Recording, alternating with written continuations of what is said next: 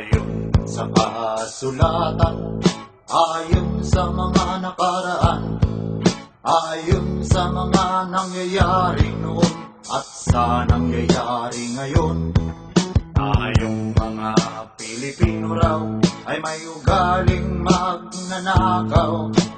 Mula pa nung unang panahon hanggang sa kasalukuyan, ito kaya'y totoo, ito kaya'y nangyayari, ito kaya'y nangyayari noon, nangyayari din kaya ngayon, ito kaya'y dahil na rin sa ating katamaran, hindi tapat sa gawain at sa iba'y nakikinabang. Tingnan mo ang iyong sarili, suriin mo ang iyong ginagawa. Ikaw ba'y isang magnanakaw, ang taong mapagsamantala?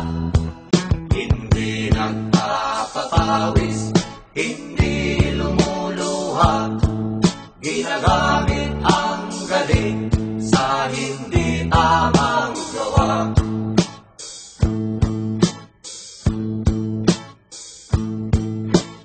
Ang magnanakaw ay mapagsamantala, magaling magkunwari, madaling makilala, balat kayong ginagamit kahit hindi sa pirata. Magnanakaw pa rin ang nakikita sa kanya.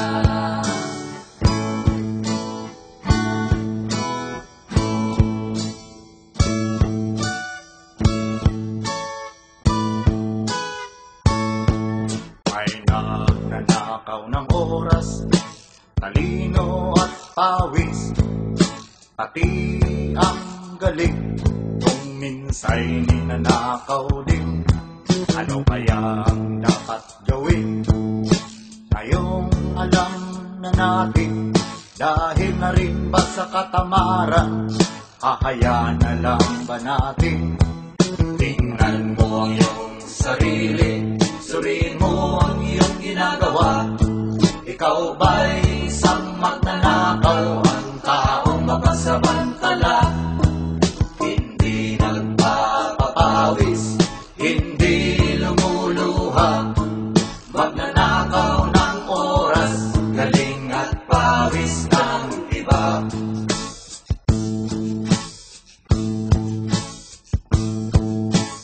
Ang magnanakaw ay mapagsama